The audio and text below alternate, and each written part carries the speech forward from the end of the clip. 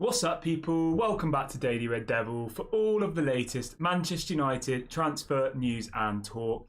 Hope everyone is doing well this evening. Sorry that I'm a couple of minutes late. Just like absolutely tipping down here out of nowhere and everything was getting wet. I had to shut all the windows.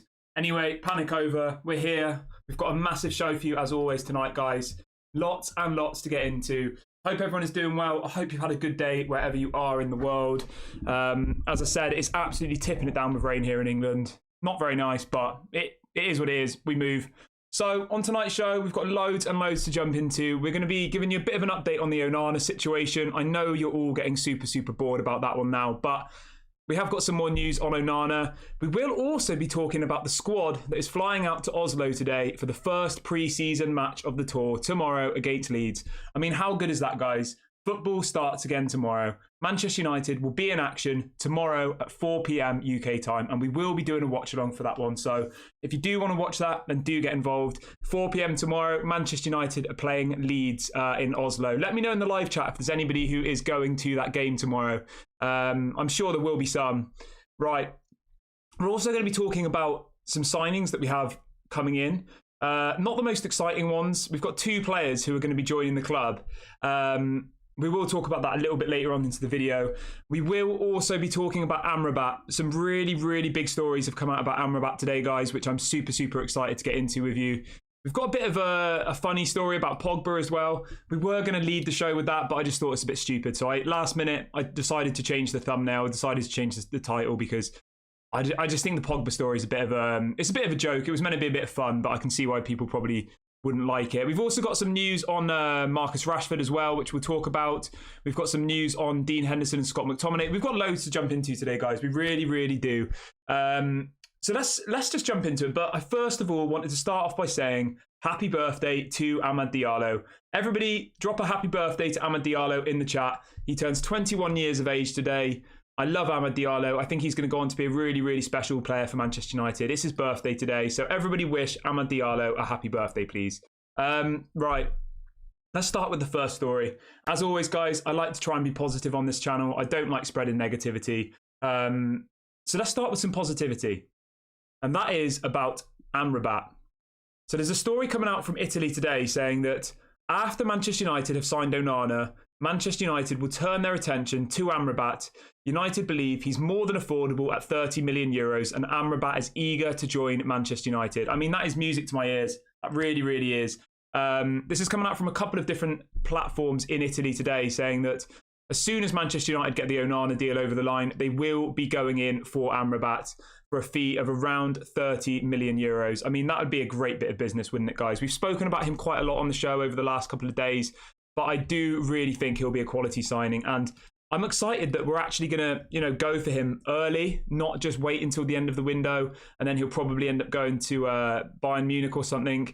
The story goes on to say that the estimated time for the Onana deal to get over the line is about 24 to 48 hours, and then Manchester United will devote themselves to the next moves on their agendas, which is Sofiane Amrabat. So this story coming out of Italy today says that the Onana deal will be done within 24 to 48 hours. And then as soon as that deal is done, Manchester United will be moving on to the next target, which is Amrabat. Now, we did all think that it would be Rasmus next, didn't we? I thought it would go Onana and then Rasmus. But this story seems to say that, as soon as the Onana deal is done, that Manchester United will go in for Amrabat, which is really positive. I'm super happy about that. People asking about Højlund in the chat. We will talk about Højlund in a little minute, but the story coming out from various different people in Italy today is saying that Manchester United will move on to Amrabat after the Onana deal concludes, which I think is positive because the line originally was that we needed to sell to buy, but I do think that maybe there's an offer on the table for Fred, and I think that very soon, I think Fred will leave the club. I do. Obviously, Fabrizio Romano said that Fulham are very interested. Clubs in Saudi Arabia are interested. Donny van der Beek has got lots of interest across Europe. So I'm pretty confident that Fred and Donny van der Beek will get their moves. And that tees me up nicely into the next story. Dean Henderson and Donny van der Beek have not travelled with the squad to face Leeds. Dean Henderson is still injured at the moment, and I'm not too sure about what's going on with Donny van der Beek, but I do think that he is I do think he's going to leave, to be completely honest with you. So Donny wasn't in the squad, Dean Henderson's not in the squad, and also Anthony Martial is not in the squad for the game tomorrow against Leeds. Martial is still injured, apparently. I mean, it's absolutely ridiculous, isn't it? Martial is still injured. Apparently he's out for at least another 3 weeks. I mean, I swear he's just injured constantly. So Martial will not be in the squad tomorrow to go to Oslo. Welcome to everybody who is joining in the last few minutes. I hope everyone is doing well this evening. Yeah, I just don't understand it. Like, how is Anthony Martial still injured? It makes no sense to me whatsoever. Anybody who's just joining, so we have got the team news for the game tomorrow. Do you want me to go into that? Let me know. There's a lot of youth players, there is. The key standout people, Mason Mount is in the squad to face Leeds tomorrow, so we will see Mason Mount's debut tomorrow. Really excited. Mason Mount in a Manchester United shirt. All of the people who are going to see him in Oslo, I hope you enjoy that game. I just can't believe that Martial is still injured. Like, how is he still injured? It is a disgrace. It really is. So Martial's not on the plane, Dean Henderson's not on the plane, and Donny van der Beek's not on the plane. They're all injured, apparently. It's ridiculous. Apparently Martial is out for another 3 weeks. Absolutely ridiculous, guys. And it honestly, it annoys me so much. And if we could get rid of him, I would, but we can't. Nobody's going to buy it. Nobody's going to buy Anthony Martial, guys. He's injured constantly. Literally. Injured so much, that player. Honestly, he makes me so frustrated. He's a good player as well. I like Anthony Martial, but he's just injured all the time. Anyway, enough of my ranting. I'm trying to be positive here today, guys. As I said, Amrabat seems to be the next target. That's what's being reported today. As soon as the Onana deal concludes, it does look like we will go in for Amrabat. Believed to be available for around 30 million euros. I think that's a great deal. I really do. So that's one to be popular, one to be positive about. Obviously, the Martial one's a bit frustrated. I will go through the team news for tomorrow, guys. The key headline here is Tom Heaton's going to be in goal. Okay? Dean Henderson's still injured. Obviously, Onana's not there. So Tom Heaton will be the goalkeeper for tomorrow's game against Leeds. In defence, we've got Wan-Bissaka, Varane, Martinez, Brandon Williams. I mean, it's not great. And then we've got about 4 or 5 youth players. Midfield, we've got Fred, Mason Mount, Kobe Mainu, Hannibal, and then about 4 or 5 youth players. Strikers, we've got Ahmad, Sancho, and then about 4 or 5 youth players. So from our actual first 11, guys, our starting 11, there's probably only about 3 or 4 people in the squad for tomorrow. Like Rashford's not there, Bruno's not there, Donny, Casemiro's not there, etc. Luke Shaw. So it is a pre-season match at the end of the day, and I do hope we get to see Kobe Mainu because, honestly, guys, I think Kobe Mainu is going to go on to be a really special player. So, yeah, I am excited about that. We will talk about Rasmus Højlund in a minute, guys, for all the people asking in the chat. We're just going to rattle through all of our news stories, and then we will come back to Rasmus Højlund. Abhishek says, Kieran, why is there no Amazon Prime All or Nothing documentary on Manchester United? I mean, well, that's pretty obvious. There is no way on earth that Manchester United are going to let cameras go into their dressing room after the couple of seasons we've just had. Definitely not going to happen. Maybe we'll get that in the future. Maybe we will, but I don't know. Imagine if we'd have had the cameras in that dressing room when Ralph Rangnick was there and in Ollie's last season. It would have been an absolute disgrace. It really will. But yeah, it is positive in some ways, guys. Lots of these youth players will get a chance. Hopefully then we can decide whether they go out on loan or whether they stay in the squad. I hope that Kobe Mainu gets a lot of game time over the over this pre-season tour because I do think he's a really special player and somebody I am really excited about seeing. So we are going to be doing a watch along for the game tomorrow against Leeds. The kickoff is at 4 p.m. UK time. So if you are interested in these watch alongs, we will be live for that. We'll probably be live about half an hour before. Yeah, it'll be the first watch along that we're doing of the season. So if you do want to get involved in that, yeah, you're more than welcome. Right, let's have a look. Welcome to all the regulars in the chat as well. We will talk about Paul Pogba. We will talk about Paul Pogba in a minute. If everybody who has just joined could like the video and all of the new people, please do subscribe. That would be massively appreciated. We're on the road to 4,000 subscribers. Let's see how quickly we can hit that goal. And if you already are subscribed, then just like the video. It doesn't cost any money and obviously really helps the channel. So let's move on to the next story. Let's talk about Paul Pogba. As I said, we were going to lead with this story. I made a thumbnail with Paul Pogba. Is he going to return? And then I thought about 5 minutes before the show, I just thought this is a bit of a boring thing to have as a thumbnail. I'd rather talk about Amrabat. I'd rather talk about something positive. So I changed the thumbnail to Amrabat because I thought I don't want to lead with Paul Pogba, but we will speak about it. Now, where this Paul Pogba story has come from, earlier on today, there was a report coming out of Italy saying that Juventus would be willing to sell Paul Pogba for 10 million euros this summer, which is approximately £6 or £7 million. So Juventus have officially put up Paul Pogba for sale. He is available for 10 million euros. And I've seen loads of people on Twitter saying, bring Pogba back to United. You know, Pogba under Erik ten Hag's going to be unbelievable, bring him back. And I was just like, what is wrong with these people? Like, obviously you're entitled to your opinion, but why would you want Paul Pogba back at Manchester United? I mean, that is absolutely ridiculous, honestly. If any of you guys have seen the documentary he did, I can't remember what it's on. I think it's on Amazon Prime. Honestly, the way he disrespected Manchester United, I'm pretty sure he said that Manchester United fans don't know anything about football. I'm pretty sure he said something along those lines.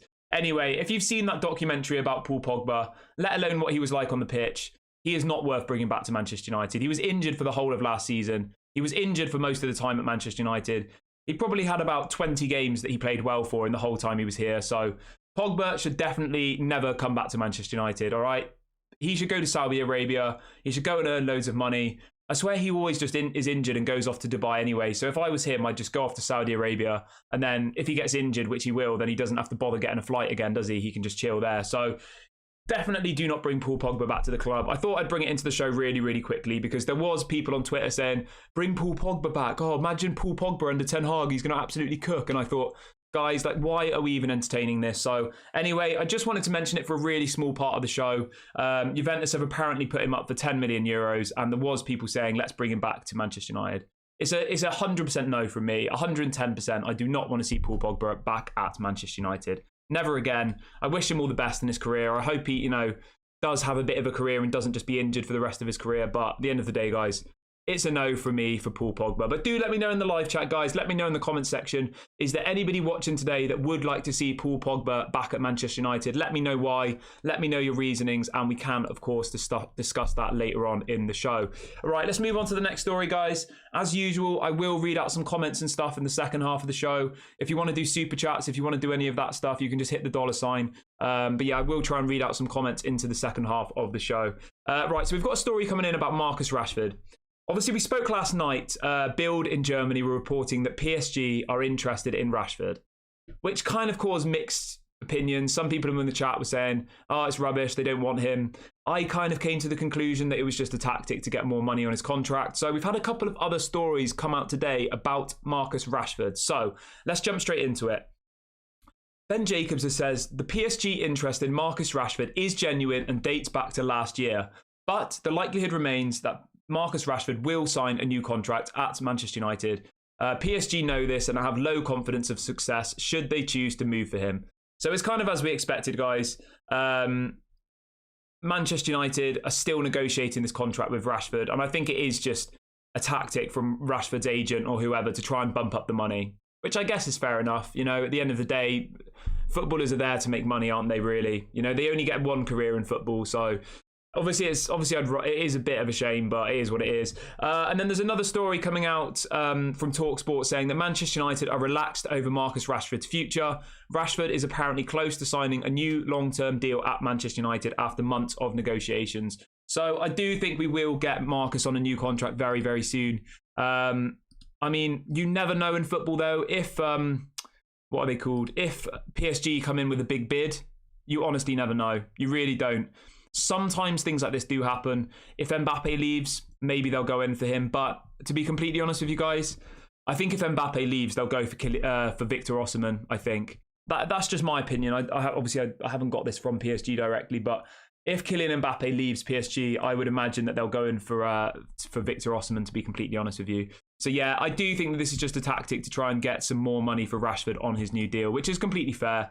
That's the job of his agent, and they clearly are doing a good job. Right, I wanted to go back to the centre-back position, guys, because we did speak about Disasi from Monaco a couple of nights ago, didn't we? There's a story coming out earlier on today saying that Newcastle are closing in on Axel Disasi. Remember we said before that either Manchester United or Newcastle were going to get Disasi. That was what was being reported by Fabrizio. Both of the clubs were interested. Both of the clubs had held talks with the representatives of the player. But it does look like Newcastle are apparently closing in on the signing of AS Monaco player Axel Disasi. Now, the interesting bit about this is, off the back of that, we're now being linked to Jean-Claire Todibo, who I believe plays for Nice. He's also a centre-back in the French league. Who would you guys prefer? Right, so we've got Todibo from Nice or Disasi from Monaco. Fabrizio Romano said yesterday that Manchester United have reportedly sent scouts to watch French centre-back Jean-Claire Todibo. From what I've seen of them, I think Todibo is a better player. I really, really do. He looks like a quality player. I haven't really seen this Disasi guy that much, but it does look like he's going to move to. It does look like he's going to move to Newcastle apparently. So I personally wouldn't go for him, and I would be quite happy if we got this other Todibo guy. But as I've said to you on multiple videos before, guys, I don't think we need a centre-back at this point. I really, really don't. I'm happy with the centre-backs we've got in the team. I think we've got a solid defensive unit. We had the clean sheet record last season, guys, and that wasn't just because of David De Gea. There was quite a few games last season where we didn't concede, where David De Gea didn't even have to save a shot. So we have to remember that the clean sheet, Golden Glove, whatever you want to call it, last season was the success of our whole defence. It wasn't just David De Gea. Some games he didn't even play very well, you know? A lot of the time, there wasn't even a shot on target. Some of those games at home where we completely dominated, I don't even remember David De Gea having much to do. So our defence was very, very solid last year. Rafael Varane and Martinez, honestly, I'd give them like a 9.5 out of 10. I would. I'm super happy with that partnership. And then I'm really, really happy with Lindelof and Shaw as the kind of backup. So I personally don't think we need a centre-back, but we are being linked to this Todibo and Disasi. But Todibo looks like the more likely option, as Disasi seems to be moving to Newcastle. But of course, we will keep you in the loop on that one, and I'll let you know if anything else kind of develops on that in the coming days. Right, let's move on to the next story, guys. So the next story is we're on the brink of signing 2 players. Now, it's not as exciting as you think. Everyone kind of calm down. The story goes as this. It's coming from Samuel Luckhurst, Manchester Evening News, that Manchester United are closing in on a deal to sign Darren Fletcher's twins, Jack and Tyler, from Manchester City. So ultimately, I know we spoke about this a couple of weeks ago. We're about to bring in Darren Fletcher's 2 sons into the youth academy. I mean, I've never seen these 2 people play football before. Obviously, they're young. They're not yet at the level to be in the Manchester United team. But we are about to sign Darren Fletcher's twins, Jack and Tyler, from Manchester City. I mean, I'm not that excited about this, to be honest, but I did just want to bring it up because I am a little bit confused. Like, has anybody heard of these 2 people before now? Let me know in the live chat. Have you heard of Jack and Tyler Fletcher? I personally haven't. I mean, I'm not a football scout, so I'm not going to say that they're not good footballers, but I do think it's a bit weird. But it is what it is. Obviously, if we're bringing them in, then so be it. But yeah, we're apparently bringing in Darren Fletcher's sons. That deal is on the brink of happening. I don't know for how much money. I assume it shouldn't be too much, but you never know, do you, with Manchester United? You really don't. Right, where are we? Right, we've got some news on Onana. I know lots and lots and lots of you are saying, when's this going to happen? I'm getting so frustrated. Is it falling through? So the story coming out today, guys, is that everything will be resolved for Onana by Thursday. That's what's being reported from a couple of journalists in Italy. We are ultimately just waiting for the here we go now, guys, aren't we? I would be very, very surprised if the Manchester United Onana deal fell through. I would. To be honest with you, it felt like we signed him 2 weeks ago. Like, when were we heavily linked to him? I think it was like 2 weeks ago. I don't know how it's taken them so long to get this deal over the line. I imagine they probably lowballed Manchester United. They probably said 30 million. Inter Milan said 50. Manchester United said 35. They said 50. Do you know what I mean? And we'll end up just paying whatever they want. So it is frustrating because it would have been nice to see him tomorrow in the Leeds game. As I said, it looks like Tom Heaton will be playing for Manchester United in the Leeds pre-season match tomorrow. I know it is only a pre-season match, so it's not the end of the world, but yeah, I'm not really too sure about that one, to be completely honest. I would have much rather to see Onana tomorrow than Tom Heaton, who is apparently going to move to Everton anyway. It's not great, is it? But yeah, let's just hope that we get this deal done by Thursday. That's what's being reported today, guys. I really, really am looking forward to just doing the here we go video for Onana, and then we can just move on for it, because I'm sick of it. I'm literally sick of it. Like, why does it take this club so long to do transfers? I know I always try and be positive, but I just don't get why it takes them 2 or 3 weeks to sign someone. Why do they lowball? You know, they offer 30 and then 35 and then 40 and then they end up paying what the other team want anyway. So it is a bit frustrating. It doesn't really make much sense. But as long as he's on that plane to America, which I think is in about 10 days' time for the actual proper preseason tour, then I don't have a massive issue with it. Obviously, as I said, I would have liked to see him for Manchester United tomorrow, but, you know, there's nothing I can do to do that. Right, let's have a read of a few more comments. If everyone could smash a like on the video, guys, we'll be able to hit our target of 200 likes really, really early on into the video, and then we can get a new poll set up. So everybody, please go and smash a like on the video super quickly. Right, let's have a look. James says, I don't like Luke Shaw at centre-back. Malacia is okay, but if he's out, that leaves us vulnerable on the left. Yeah, I do kind of agree with you. I do like Luke Shaw at centre-back, but I am worried about Malacia on the left. I think he's okay. I'm just not that excited about him, to be completely honest with you. I'm not trying to be negative. You know I don't do negativity here. But from what I've seen of Malacia last season, I don't really feel that excited about him, to be completely honest, when you compare him to Luke Shaw. I know it was only his first season. I know he's still young, but I don't think he's ever going to be a first team player for me personally. I think he's all right on the bench, but yeah, I do kind of agree with that person in the comments who said, I don't really like Luke Shaw at centre-back because he's better at left-back. I do agree with that. Like Luke Shaw running down the wing, he puts balls into the boxes. He's really good defensively, whereas Malacia is just kind of not really that good at anything, I don't think. But anyway, that's just my opinion. Yeah. Right, let's move on to the next story. Let me see how we are doing. Yeah, as somebody says in the chat, Malacia is a drifter. He loses the plot very fast. Yeah, I do think he gets caught out quite a lot. I think he isn't great on the ball. I don't know. I think he could go on to be quite good, but at the moment, I don't really think he's good enough to play every week for Manchester United, personally, Malacia. Maybe in the future, I hope he does reach that eventually, but at the moment, I'm not too sure about him, to be completely honest with you. Right, let's see. Yeah, somebody says, why was Darren Fletcher's sons in the Manchester City Academy in the first place? Yeah, I do agree with you. It is quite strange. It really, really is, but I don't know. It's football, isn't it? Weird stuff like that does happen time to time. Yeah, and guys, I just want to say, I'm not saying that Malacia should never play for Manchester United again. I'm just agreeing with the person in the chat who said that they prefer Luke Shaw at left back and are not 100% sure about Malacia at left back. I think if you're at home against like a Bournemouth or a Sunderland or a lower, not Sunderland, you know what I mean, a lower down the league table team, then I think Malacia can do a job. But I'm not convinced that against like a Manchester City or a Chelsea or an Arsenal, you can really play Malacia. I don't think he's good enough personally. But he is young. He still has time to develop. We know that Erik ten Hag is one of the best coaches in the world at developing players. So I do believe that Erik ten Hag will bring out the best in Malacia. So we've just got to be patient with him.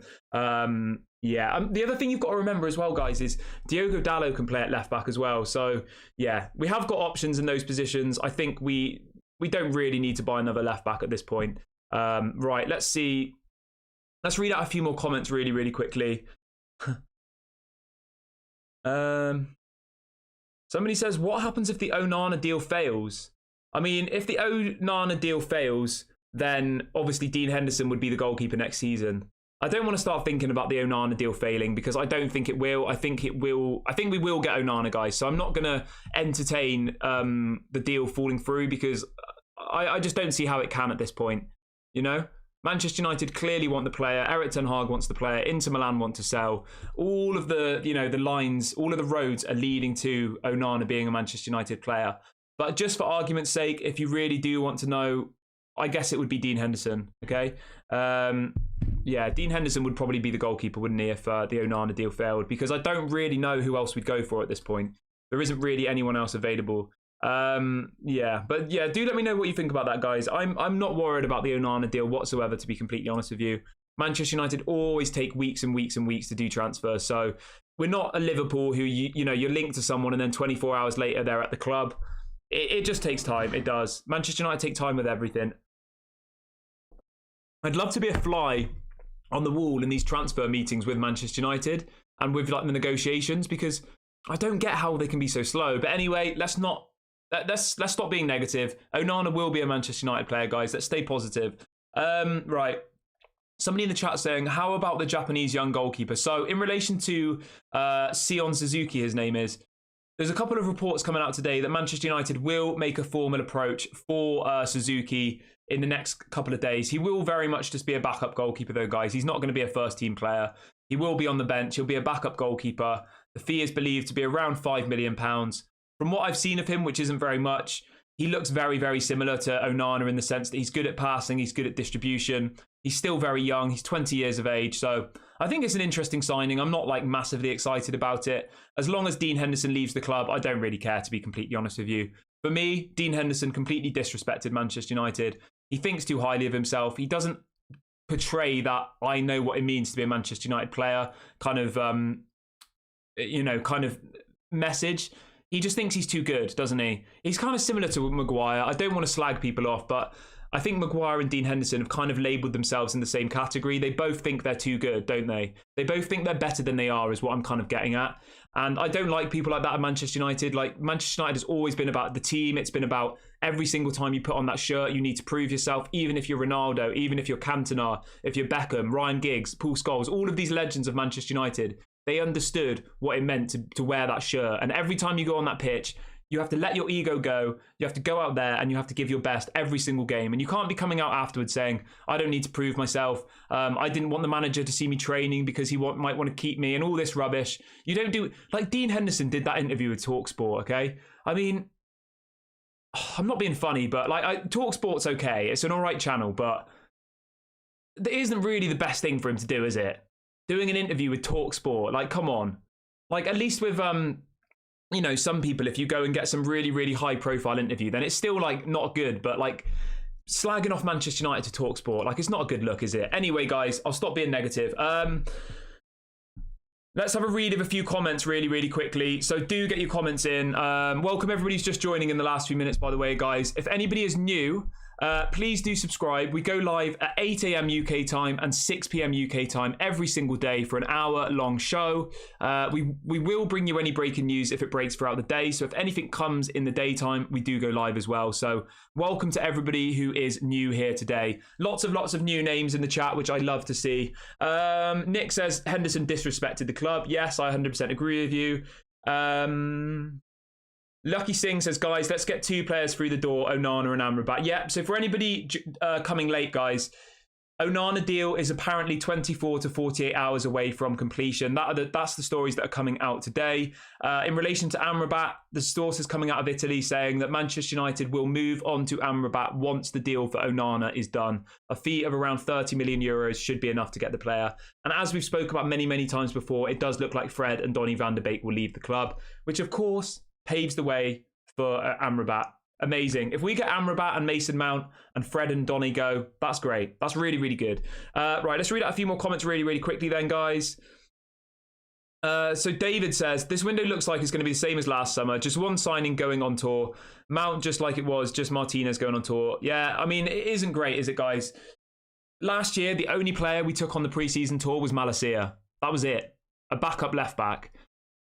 We have to remember, guys, we've got about 10 days until they set off to America. So we have got a little bit of time. And I am hopeful that we'll at least have Onana and either Rasmus Højlund or Amrabat. I'm hopeful of that, guys. I'm trying to stay positive. I think we'll have Onana in a Manchester United shirt by the end of this week. I really, really do. I think as soon as the deal is agreed, it will move really, really quickly. So the first game of the preseason tour in America, guys, is on the 22nd of July. So it's in about 11 days' time. I assume they'll set off around the 20th. So we've got about 8 days to get any business done that we need to do. We're obviously playing Leeds tomorrow, which we're doing a watch-along for, guys, at 4 o'clock UK time. And then we are also playing Lyon a couple of days later in Edinburgh. So we've got a couple of games in Great Britain, and then we will be heading off to America. We've got loads of really good games for that, guys. We've got Arsenal. I think we've got Real Madrid potentially. Yeah, Real Madrid. We're playing Arsenal, Wrexham, which should be a bit of fun. Anyway, we have got a bit of time. That's the point I'm trying to get across. Somebody says you missed my comment. All right. Sorry, guys. If I miss a comment, it is quite difficult to read them all out because there's so many coming in, and obviously, I can only guarantee the ones that are super chats, really, because obviously, if someone pays for it, then you kind of have to read it. But let me see if I can find your comment, mate. Okay, I assume it's this one. So he says, "Why is it that whenever a player comes to Man United, he needs time to reach his expected levels?" Is that completely fair?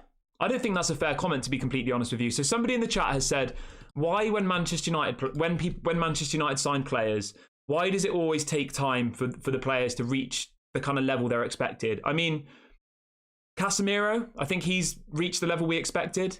Martinez, I think he has. I'd say Eriksen has as well. I mean, those three players, I'd say this season had reached the level I was expected. So I do kind of disagree with you there. Obviously, Anthony probably hasn't, and Malacia, I didn't really expect anything, so I don't really know. But I'd say that Martinez was better than what I expected this season, to be completely honest with you. I wasn't expecting Martinez to be as good as he was. But obviously, that's your opinion on it. But do let me know what you think in the comments section, guys, and in the live chat. So Travelling Ghost says, why are we prioritising Amrabat over Højlund? Surely the striker is more important. I think, to be honest, that they're probably doing both these deals at the same time.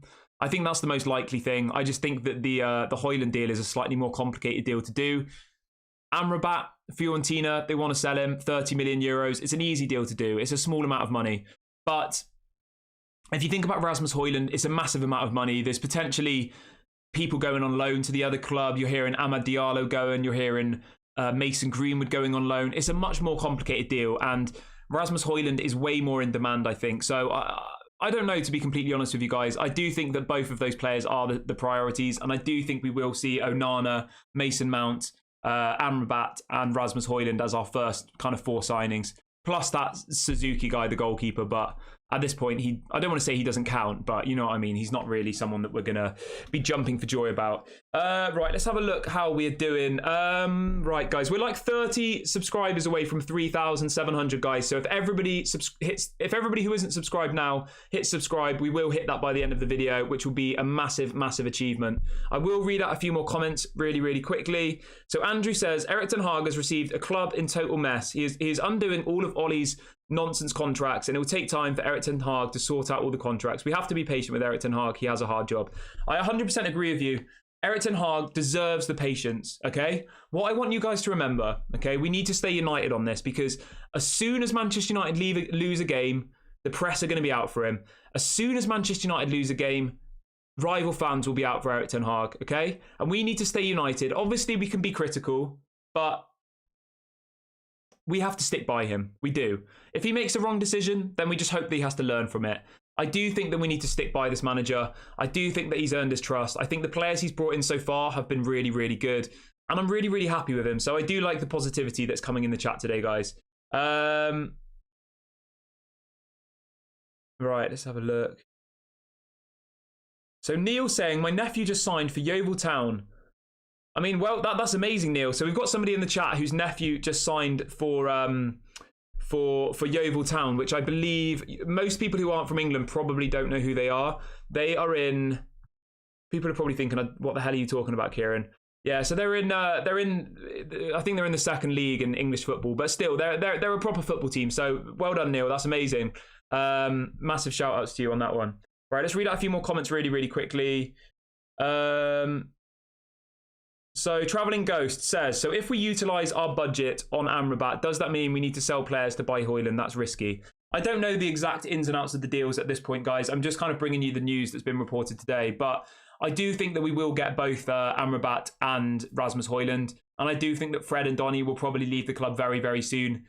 I honestly think, guys, that we'll see a massive flurry of players leave before we go on that pre-season tour to America, which is in about 10 days, because we know that Erik ten Hag will not want to take players with him that are leaving the club. So people like Dean Henderson, people like Donny van der Beek, people like Fred, they shouldn't be going on that plane. They shouldn't, because at the end of the day, they're not part of his plans. They don't need to be here anymore. They need to leave. So I just hope that they don't go on that plane, because it doesn't make any sense. It really, really doesn't. So yeah, I'm not really too sure about how quickly we'll get these people in, guys. This is just the stories we've heard today, you know, that Amrabat will be approached after the Onana deal's done.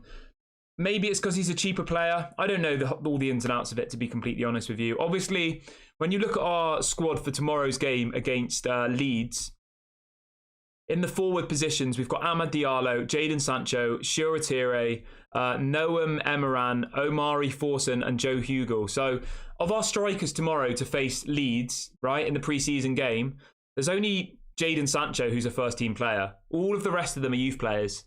And that kind of says something, doesn't it? Obviously, Rashford's not back, etc. Quite a few of the internationals aren't back yet. But tomorrow, the game, it's going to be a bit weird. It's going to be a lot of youth players. But I think that's good, because what happens if Joe Hugel, who is a player I do like, he's a striker, what happens if he comes on and has a great game? Then I think he should get a chance. I really, really do. So I am quite excited about tomorrow's game, if anything, because it will give us all a chance to see some of these youth players, and we can kind of work out whether we think they're going to be good enough to be in the Manchester United team in the future, or whether we should just let them go, or whether they should go on loan. So I am actually quite excited about tomorrow's match. It feels so good to have football back. It really, really does, guys. I know it's only a pre-season match.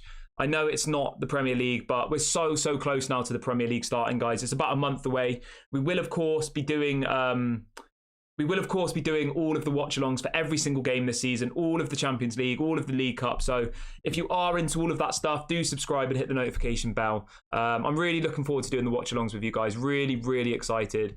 Right, let's read out a few more comments really quickly. Yeah, so guys, I wanted to touch on this really quickly. Thanks to the person in the chat who reminded me. So Mason Mount will make his debut for Manchester United tomorrow. That is a massive positive. Mason Mount will be playing tomorrow for Manchester United. I'm absolutely buzzing to see him in a Manchester United shirt, guys. I really, really am. I'm actually excited about the signing now. I was a little bit negative at first. I thought we've spent too much money, it's too much, but I think 55 million is actually all right in the grand scheme of things. I do. Remember, guys, Chelsea wanted 85 and we managed to get him for 55. I think it's a good deal. I really, really do. And if you guys have seen all the behind-the-scenes footage that went up around when he came to Carrington and did his photo shoot and all the rest of it, like, you can see how excited he is to be at Manchester United. You can just tell. Apparently his dad's a Manchester United fan as well. Like, there's a clip where they're both sat in the dressing room, Mason Mount and his dad, and his dad's like, oh, who would have thought that when you were a little boy you would have been here? Like, it's so special. And then Mason looks like he's like crying. He's like, oh yeah, it's so special to be here. So yeah, I'm excited to see Mason Mount, guys. Really, really excited. That's a great question. So Terry says, what's your score prediction for the game tomorrow? Let's get that echoed over to the chat. Let me know in the live chat and in the comment section, what is your score prediction for the Leeds match tomorrow? Manchester United against Leeds. Let me know. Let me know what your score prediction is, and let me know who you think is going to score.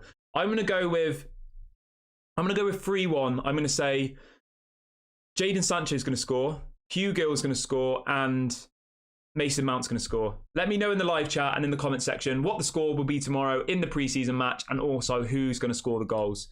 Of course, as I said, we will be live for that. So if you do want to do the watch along with us, then obviously you are more than welcome to join. Right, let's see how we're doing. Where are we, guys? Let's have a quick look. Right, we're about 20 subscribers away from 3,700. So if you're not subscribing, please do get involved. I will read out a few more comments now really quickly. We've got about 25 minutes left of the show tonight, guys, so do smash a like on the video if you haven't already. So Daddy D says, the club striker issue clearly needs sorting urgently. Are we expecting Højlund to be the only striker? I personally feel we were bringing a more established forward into as the deadline approaches. So we do have an update on the striker position, guys. We had a story coming out yesterday from Samuel Luckhurst in the Manchester Evening News saying that Manchester United want to sign 2 strikers this summer. One of them being an all-and-out number 9, that'll be Rasmus Højlund, and the other one being someone who can play in any of the front 3 positions, okay? So we will get 2 strikers this season, guys. It probably will be a younger player and maybe a slightly older player, so maybe somebody like Taremi from Porto. I think that's a realistic option, or potentially a loan signing. It is one to keep an eye on. For me, we just need to make sure that we get Rasmus Højlund. That's essential. And I'm just going to say it here, guys. I would not be surprised at all if we get new owners, and I mean either Sir Jim or Qatar. I would not be surprised in the slightest if we go in for Harry Kane. I wouldn't, because either of those owners are going to want to make a significant signing to kind of win over the fans, if you like. And I would not be surprised if we go in for Harry Kane towards the end of the transfer window. Obviously, Bayern are heavily linked to him, but yeah, I just can't see that one happening. I can't see him going to Bayern Munich. And the amount of money that Bayern are offering is just, they're never going to get the deal done. They're offering about, I believe, around, they're they're offering around 68 million pounds for Harry Kane. Like, they're never going to accept that, Tottenham. Never. They're going to want 100, aren't they? So I would not be surprised in the slightest. Right, we've got a bit of a news to bring to you here, guys.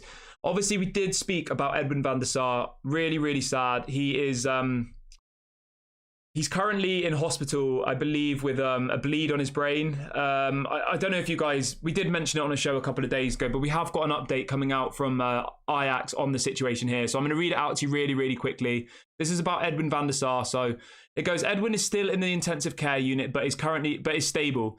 He is not in life-threatening danger. Every time we get to visit him, he's communicative. We have to wait patiently to see how this situation will develop. So that's really, really positive news, guys. That's just come out from Ajax. This is on their official Twitter page saying that Edwin van der Sar is stable. He is not in life-threatening danger.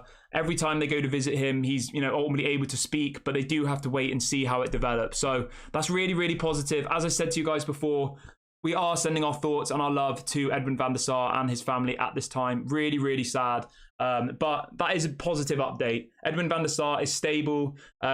He's able to speak. And apparently he's not in life-threatening danger. So that is really, really positive. Obviously, he's probably got a long way to go until he's fully recovered and they've got to see how he heals or whatever. But as it stands, Ajax is saying that he's doing as well as he can in the current situation. That's kind of how I read that one. So that's really, really positive. I thought I'd bring that into the chat because I know a lot of you guys were worried about that and kept saying on the comments, what's going on with Edwin van der Sar? Is he okay? And I obviously didn't want to say anything until I knew for sure what had been posted. So this has just come out from Ajax 10 minutes ago. You can go and look on their official Twitter page and read that if you want for yourself. But that's really, really positive. And as I said, we will, of course, we are thinking about both him and his family at this time. So yeah. Right, let's move on to the next story. There's a story coming out from Fabrizio Romano about Caicedo. I know everyone's saying, why are you talking about Caicedo? He's never going to come to Manchester United. So apparently talks are underway with Chelsea now and they want £100 million. I mean, for me, Chelsea can go and get him for £100 million. That's absolutely ridiculous. I'm glad we're not getting Caicedo. £100 million, that is crazy money. So I'm glad we've dodged that one. I really, really am. Somebody says, why isn't Onana coming? I don't know what you're saying there, mate, to be honest with you. Somebody's just spamming in the chat, why isn't Onana coming? I assume you've joined the chat late because, as we said earlier on in the stream, all of the reports coming out in the last couple of days are saying that it'll be done within 24 to 48 hours. If you follow Manchester United closely, they always take forever to do transfer deals. They really, really do. They're not the club where you get linked to someone and the next day they're holding up the shirt. They never have been. They take weeks to do the simplest deal. So there's another story here about Onana. Manchester United and Inter Milan are currently in negotiating intensely to find a solution for Onana. However, they have not yet reached a full agreement. Details are missing. He's already agreed personal terms. It's just a matter of when, not if, guys. We've just got to be patient. Don't worry about Onana. I do think we'll get that one over the line. I do. But obviously, if you are worried, then that's completely fine. But I am not. I'm not worried. So Kyle says, I'm worried about Onana not making the America trip. I mean, that's a fair comment. That's more of a worry. But I'm going to be positive here, guys. You might think, Kieran, shut up. Why are you being like this? But I honestly think by Friday, we'll at least have him at Carrington and kind of medicals will be happening. And then it might be next Monday that we see him in the Manchester United shirt. But I'd almost, I think they have to get him on that preseason tour to America. I think it's absolutely essential. They have to. They really, really do. So let's just stay positive. I don't think there's anything particularly to worry about. At the end of the day, Manchester United are terrible at doing business. They're obviously trying to negotiate with Inter Milan. They're probably trying to get money down. The fee we believe to be is 43 million plus around 4 in add-ons. They're probably debating how much they get up front. Manchester United are probably saying we'll give you 10 now, 10 next year. You know what it's like with football, guys. There's so many fine details that need to be discussed. So everyone just calm down. We haven't had any negative stories saying that Onana's not coming to Manchester United. So let's stay positive. Let's hope that they can get this deal over the line, and let's hope that he is on that preseason tour flight to America in about 10 days' time. Right, we've got about 20 minutes left of the video, guys, so do let me know in the live chat if you've got anything that you want me to specifically talk about. We've got a couple of other stories to get into, but if there's anything you do want to talk about, I will bring it up. So Gomez says, Sancho plus 50 million for Harry Kane. I mean, I would do that deal. Yeah, I would. I don't think it will happen because, as I mentioned on the show this morning, guys, apparently Tottenham are going to offer Harry Kane a new contract worth £400,000 per month. Per week, sorry. Anybody missed that? Tottenham are reportedly about to offer Harry Kane 400 grand per week. Absolutely mental. He's currently on 200 grand a week, bear in mind. They're going to double his wages. Absolutely crazy. As Fred says in the chat, please like the video, guys. Let's build the community. It's growing so quickly. Everyone is welcome here. Super nice community. Let's try and hit our target of 200. And we are officially... Yeah, we're less than 20 away from 3,700 now, guys. So if you haven't subscribed, do subscribe and hit the notification bell if you are new. It doesn't cost any money. I'll read out a few more comments now really quickly. Okay, this is a great question. So Master3D says, Kieran, who would you like to have as the vice captain and why? I will echo that back to the track, guys. Who would you like to be the vice captain of Manchester United next season? I'll give you my answer whilst you get yours in. I'm going to say the captain should be Bruno. And the vice-captain should be Casemiro, I think. Casemiro is an absolute leader on the pitch. Absolute leader. He's won Champions Leagues. He's won Ligas. He's an absolute monster. I would go with Casemiro as the vice-captain, purely based on the experience, purely based on how much he's won in the game. He's an absolute legend. If it wasn't Casemiro, I would probably go with Martinez, just because of...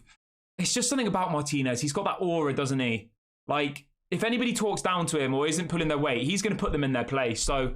I'd be happy with Casemiro or Martinez, but I probably would go with Casemiro just based on the current experience. And then you can always have Martinez as a captain in the future. Right, here's another great question. Lumen says, Kieran, if you were Harry Kane, would you take the 400k or leave to win trophies? To be honest with you, Harry Kane has never won a trophy in his life. He's 30 years of age. He wants to get the all-time goal scorer record in the Premier League.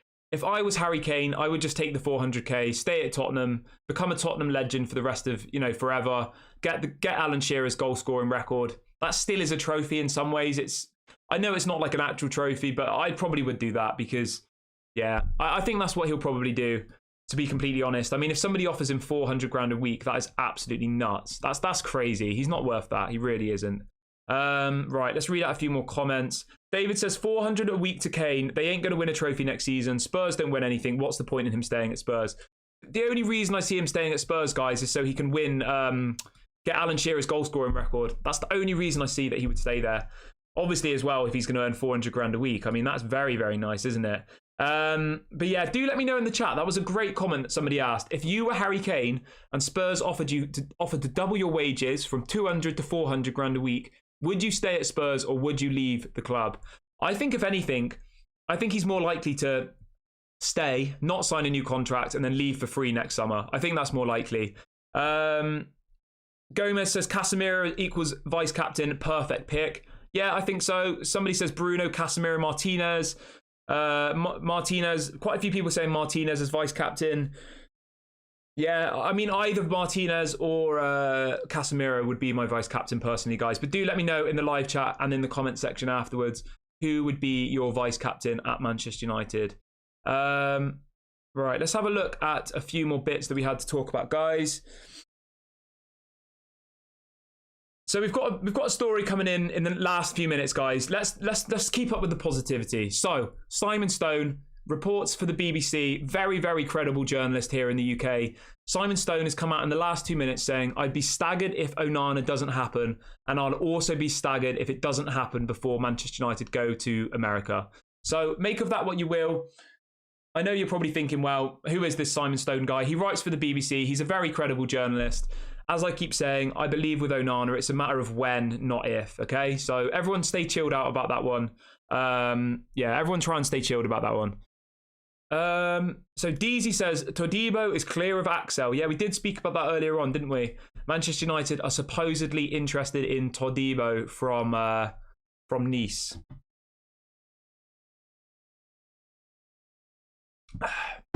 Right, where are we, guys? Right, I'm gonna read out a few more comments really quickly, guys.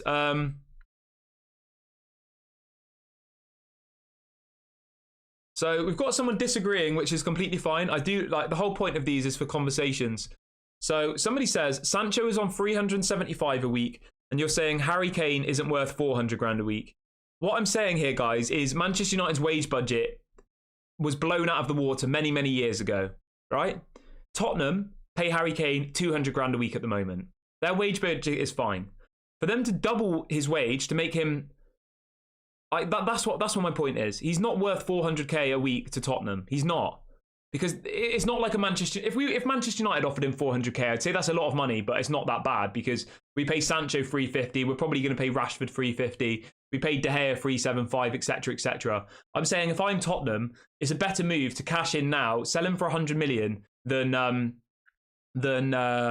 pay him 400 grand a week. That's just my opinion. I think doubling their wages is risky because then every single player, Son, all the rest of them are going to say, oh, I want more money. Like, that's just how it works.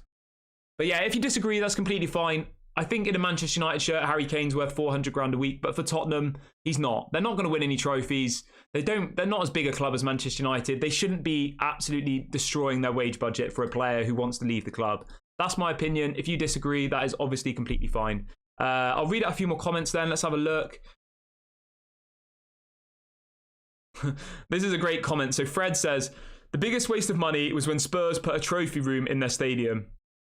Yeah, I mean, I don't really know what went through the Spurs' development team's head when they thought, let's spend some money on a trophy room. Although they did win something, didn't they? Was it like the Audi Cup or something? Have you seen that picture? Spurs celebrating? I think it was like the Audi Cup. It's obviously a pre-season cup and it's obviously just an absolute joke, but they did win something, didn't they? Yeah, the Audi Cup. I wonder if they've... All right, this is a good question for you guys. Do you think Spurs have got their Audi Cup in the trophy room? As the one trophy, they've just got this Audi Cup that they won on a pre-season tour, ultimately in a friendly match. They won this trophy and they've got it in there. They probably do. They probably do stadium tours and they take people around the trophy room and they show people the Audi Cup they won in this one game pre-season match. Right, let's see how we're doing. We're about 20 likes away from our like target for the video, guys. So everybody, please go and smash a like on the video really, really quickly. Right, let's have a look where we are. Honestly, I can't lie to you guys. I'm so excited about the game tomorrow. I am. I just can't wait to watch Manchester United again. I really can't. I get so bored when there's no football. Like, I love football so much, and I can't wait for to do these watch-alongs with you. So somebody says in the comment, Martial is making sure he isn't sold. Yeah, so for anybody just joining, we did talk about the team news for the game tomorrow against Leeds. Martial is not on the plane. Martial is injured again, apparently. I mean, fair play to him. I'll tell you what's gone on here, guys, all right? Martial, one evening last season, he got a call from Phil Jones, and Phil Jones said, Anthony, come on over for dinner, right? Anthony Martial went over to Phil Jones's house because Phil ultimately invited him for dinner, right? Phil Jones says to him, right, this is the key to stay at Manchester United forever. Whenever the transfer window comes around, make sure you're injured. And that's exactly what Anthony Martial is doing. He's still injured. Apparently he's out for about 3 or 4 more weeks. I mean, it's absolutely ridiculous, isn't it? It really, really is. But anybody who was asking before, Anthony Martial is unsellable. Nobody's going to buy him. He's got 1 year left on his deal. He's got 1 year left on his deal. He's injury prone. He's on 250 grand a week. We've got to be patient. Anthony Martial will leave the club next summer on a free agent. I think that's all but confirmed. I cannot see Manchester United signing him on a new deal. Why would they? So we've just got to put up with him for 1 more year. And we've just got to hope that this season he does something slightly better, because he was absolutely awful last season, to be completely honest. He was not very good at all. So let's try and stay positive. Let's hope that Anthony Martial proves us wrong. I've got a good question for you guys, actually. Let me ask you this. Say Martial gets 15 goals in the Premier League next season, okay? 15. That's a respectable number, I think, right? Say Martial gets 15 goals next season. Would you give him a new contract? Bearing in mind, his contract expires next summer. So Martial gets 15 goals just in the Premier League, maybe 5 in other competitions, right? Would you give him a new contract next season, or would you let him go? Obviously, he'd be a free agent, so we wouldn't be able to sell him. He got 6 goals last season, okay? If he gets 15 next season, Anthony Martial, would you keep him at the club on a new contract? Me personally, I'd still let him go. I would. Even if he gets 15 goals, I'd say to him, thank you, you've really contributed this season, but you can leave now. He's on 250 grand a week. Absolutely ridiculous. He's never going to score 15, but I thought I would just ask him. I thought I'd ask you just to see, to see how fed up. Everyone's saying, what are you on about? He's never going to score 15 goals. maybe I've tricked you guys, tricked you into thinking that he's going to score 15. He got 6 last season in 21 matches. I mean, that's so bad, isn't it? 6 goals in 21 matches. That's awful. It really, really is. I'm sure quite a lot of that was off the bench, but still, Martial needs to leave the club. He really, really does. Right, where are we?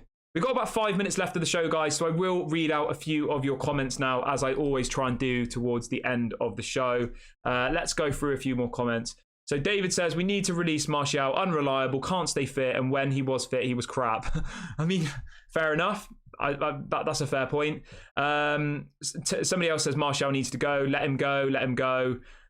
Everybody's saying get rid of Martial. I think everyone's done with Martial, isn't it? They are. He knows that his time's up. He really, really does. And I just, you know what, guys? I hope that Anthony Martial has a really, really good season next year, okay? I hope he has a good season, and I hope he gets a good free agent move to somewhere else, because as I do with all of our players, even if it's Harry Maguire, even if it's people who completely, you know, disrespect the club, you still do hope that they go on and have a career in football, because I do honestly feel with Martial, like, there's something seriously wrong with him. Like, physically, I think that, like, there's something isn't right. Like, he gets injured so much. Like, I am actually worried about him. I feel like he could be one of those players who, I don't know, just maybe has to end his career early, because I don't see any club wanting to sign him because he's just injured all the time. Even on a free agent, like, why would you sign him and then he's just injured?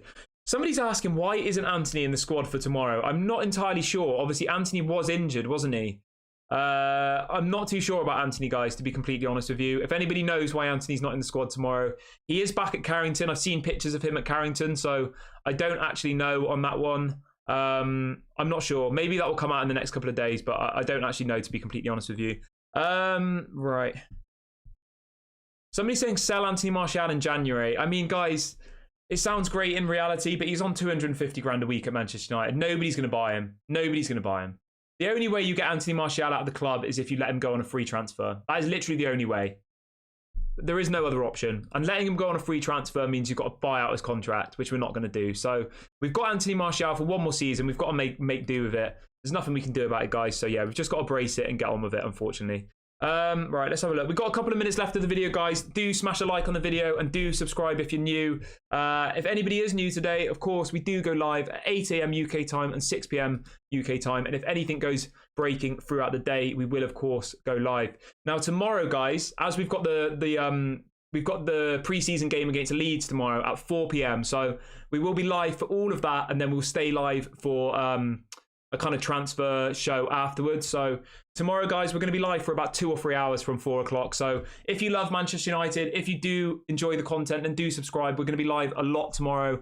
Obviously, we'll be live at 8 a.m. as well, as usual. But yeah, from about 3:30 p.m. tomorrow, we will be live for the Manchester United versus Leeds watch-along, which I'm really, really excited about. Right, let's read out a few more comments quickly. All right, here we go. We've got a comment from Red Devils United. He says, Kieran, do you think we will buy Højlund and then probably get one more striker on loan the last week of the window like Falcao? I honestly think, guys, that we'll get Rasmus Højlund, and then I'm hoping we go for Taremi from Porto. I'm really, really excited about him. I think he looks good. He's 30 years of age. I think he got about 30 goals and assists in the Portuguese league. I would go and get him. That would be my choice. I'd get Rasmus Højlund and I'd get Taremi as my 2 strikers. I think that's quality. But as I keep saying to you, I would not be surprised at all if we go back in for Harry Kane. If some players leave the club, if Dean goes, Donny van der Beek goes, Fred goes, McTominay goes, that's probably 100 to 150 million pounds worth of sales there. So I do think that we might go back in for Harry Kane. I really, really do. Right, let's just double check something super quickly. We might get the Onana Here We Go tonight, guys. I am feeling confident. I do think we'll get it in the next 24 to 48 hours. That's what's been reported. I just want to get that video done and just actually, like, take a deep breath and say, oh, you know, because there's people in the chat saying, what's going on? Has the deal fallen through? Like, everybody's worried, and it does, like, it then kind of comes onto me, and I'm like, oh, am I worried? Am I scared? Are we going to get Onana? Is it going to collapse?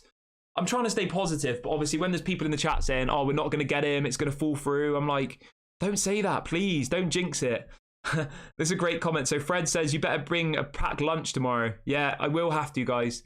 I might even get the dogs on the stream tomorrow, guys. So do smash a like on the video if you want to see my 2 dogs on the stream tomorrow.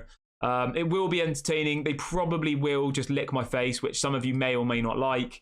But yeah, we might have to get the dogs on the stream tomorrow, guys. We're going to be live for like 3 hours, so we'll be live from about 3:30 till about 6:30, guys, for the Leeds game tomorrow. So that'll be one to definitely tune in for.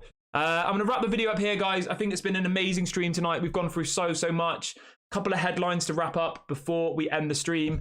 Amrabat, apparently we're going to move in for him when the deal for Onana is done. We do believe that Mason Mount will make his debut tomorrow against Leeds, which I'm absolutely buzzing for. There's quite a lot of other things we discussed, which I can't remember off the top of my head, to be completely honest with you. So I'm going to wrap the video up here, guys. Please do smash the like button on your way out, and please do subscribe if you're new. We will be back live at 8 a.m. UK time tomorrow morning. If anything breaks between then and now, if we get the Onana, here we go. Of course, we will go live. So do subscribe. Do hit that notification bell. I wish you guys a lovely evening or day wherever you are in the world. Lots of love. Peace out. Catch you later, guys.